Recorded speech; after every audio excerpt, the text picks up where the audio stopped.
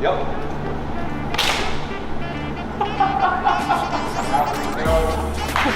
We got that on camera, right? I'm way too strong. Yeah.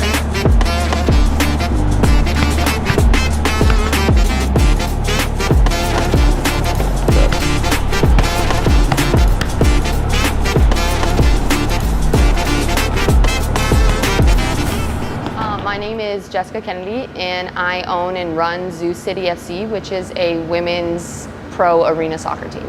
I've been playing soccer since I was like 4 or 5 years old. My mother played soccer, so she put me into soccer as soon as I turned 5. So I've been playing ever since. So I'm 30 now, so about 25 years.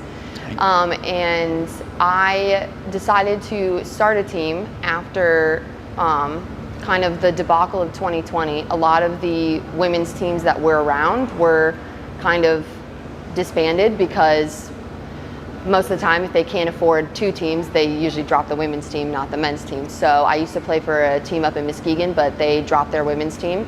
And then there were no women's teams in Michigan to play for at all. So I made a call to a couple people that I knew within the arena world. And I said, is there anything near me? Is there anyone that has a team that I can play for? I still really want to play. And they kind of came back to me and said, not really, but you can start one. And they kind of helped me out the first year with getting everything that I needed, knowing what I needed to do in order to start a team. So that's kind of how it all came about. We've been in operation since July 2023. So technically we had the team the year before that, but it wasn't Zoo City. It was just kind of a glorified rec team because I just wanted to make sure that we could find people to play and be able to do it without me actually making a business yet. And then last July, I decided, well, we want to make it a business. We want to make it a team. We want to be able to play our girls. We want to be able to sell merch and, you know, do the whole sports, you know, team thing. So I made an LLC and I started it officially then. And some of the biggest hurdles, I think, like personally, for someone who's only ever played the sport my whole entire life and never been on the business side of it, the first year I didn't understand how much actually goes into what you have to do for a sports team. You know, you have to do field rentals, you have to have money for jerseys, you have to have sponsors, you have to, you know, find girls to even play, find girls who are committed enough to want to play. So a lot of those things the first year were tough hurdles to overcome. At first, not gonna lie, I hated it. I didn't like that I had to make the decisions on who plays and who kind of gets what, or you know, what the pay was gonna be like, if it was going to be different for every girl or if it was gonna be the same for every girl. I didn't like the maybe having to tell some girls some things they didn't want to hear. But as an owner, I get to kind of do the things I wished a lot of the other teams that I've played for have done for their players. You know, I find a lot in women's soccer, unfortunately, it's usually a male owner and then a male coach. And so sometimes they don't understand the reasons which differ between men and women on why we play. You know, for women, we play for different reasons and we work for different reasons. And there's different things that like get us going as opposed to men, you know, like sometimes if you yell, girls are going to get upset and not want to come to practice and not, you know. So I was able to kind of do things that I wish male coaches had done for me while I was playing. So I kind of give the girls, I wouldn't say leeway, but there's a lot more things I give a little bit of, okay, that's fine, you don't have to come, or you can do this or that, because I know for us, we have a lot more hurdles to overcome to even be able to come to practice. So I give them a little bit more leeway, I think, than most of the men would. Last season was the first year that we had a larger amount of girls. So we had, thankfully, a little bit bigger of a roster. But we also had girls who had never even heard of arena, never even played indoor. So last year, our results weren't that great, but a lot of the girls from the very first game to the very end learned so much about arena, how to play it, how it's different than outdoor, some of the movement and the runs and things that you can do in the arena that you can't do outside. So although our results weren't the greatest. I think given that year of experience with each other, this year we will be, I have no doubt, way better. The big picture would be having an arena that's dedicated just to us. You know, the only thing right now, even in Kalamazoo, for us to even have the possibility of playing in is the indoor centers that are already here, which are geared more towards multiple games in one day, not one big game where you can have a lot of seating.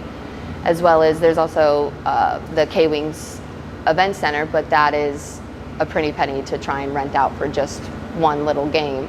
So the dream is to have an arena and a facility for ourselves, for Zoo City, so that we can practice, we can train, we can sell out crowds. You know, I want to walk out eventually onto a turf field and look up and see a crap ton of people in the stands and be able to play in front of people. I think that would be like the overall dream, not only for me, but I think all the girls want that. So we have Instagram, Facebook, LinkedIn, TikTok, YouTube, everything, all under Zoo City FC. And on there is where we post like kick-arounds where we just, you know, anybody can come and play. It's not anything serious. It's basically just a glorified pickup. You can come, play, learn a little bit about the team, learn about what we do. This year we're going to do a men's team, so we've been doing both men's and women's kick-arounds. As well as you can find tryout information, girls who are already on the team. You know, we do a lot of, or tried to do a lot of community events, so we post our community events on there. And we also have a website, zoocityfc.com, and that has everything on it. The one thing that separates us is we are one of the only teams that was women-led first. So we started out with the women's team. Most of them have, you know, had the men's team for a couple years and then gotten their women's team. And so I think the difference is we aren't just doing a women's team because everybody else is doing a women's team. You know, we started out just to specifically be for the women. I've always wanted, you know, like the Instagram and the Facebook to showcase the women more, because even on the teams that I played on, you know, maybe we'll get 1 or 2 posts, but then the men will have 18, 19, 20 posts about what they're doing. So I think what separates us is we really are a team for women, by women. You know, I work harder a little bit for the women's side as opposed to the men's side. I feel like I don't manage my time very well. It's basically like when I was just playing, it was just playing, and I was just a mom and I just went to go play, and I didn't really have to think about what the practice was going to be or who's going to be there or what, you know, I just showed up and did whatever the coach said and I was done. But now that I have to kind of not only make sure people know about the practice, are going to be at the practice, what are we going to do at practice? Is my husband going to be home in time for me to send the kids to him so I can go to the practice and be there?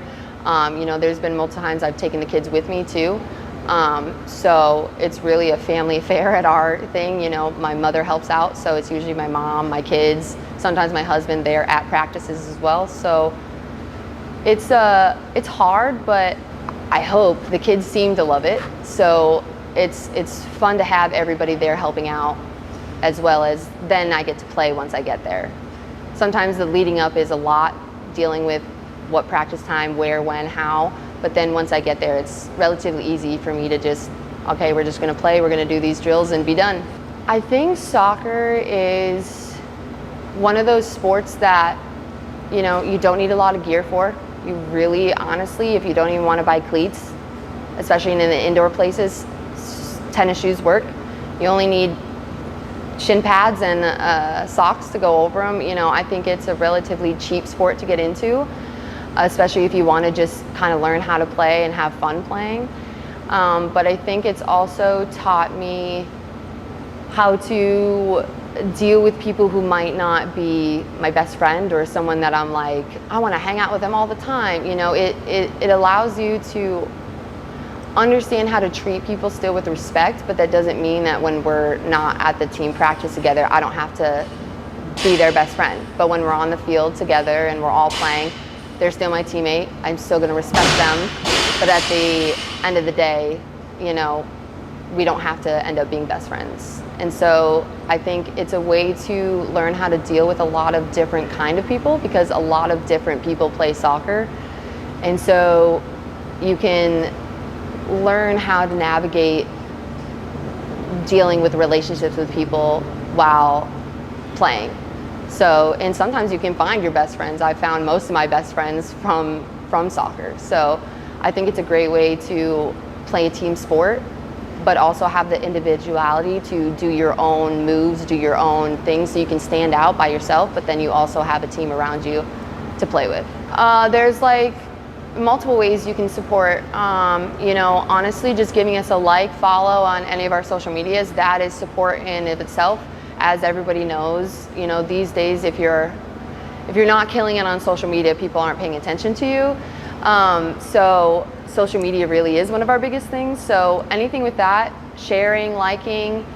Otherwise, you know, community businesses that want to have their logos on our jerseys, we're always looking to partner with a bunch of businesses, and we offer a lot of marketing for the businesses that do sponsor with us. Not only are you on our jerseys, which are on our live broadcasts, but we do social media shout outs. If you ever are doing an event that you want, you know, Zoo City there, Zoo City can come and kind of be at your event, help out. So support from the community businesses is probably the biggest. I think it's not only big for us, but it's big for them. It can give a lot of access to their business, as well as give a lot of access to people hopefully watching us. So we had a couple of kick rounds in July, and we're planning on having 2 or 3 more in August. And those, like I said, those aren't anything too serious. It's just come play. We're not gonna really be like giving you any answers into if you're on the team or not on the team. You know, it's just to get together, see who maybe in the community wants to play for Zoo City, either men's or women's. And then we're looking to do tryouts August, September. And then our season will officially start January of 2025. But we will also kind of start practicing, getting together and everything after tryouts around like November, December.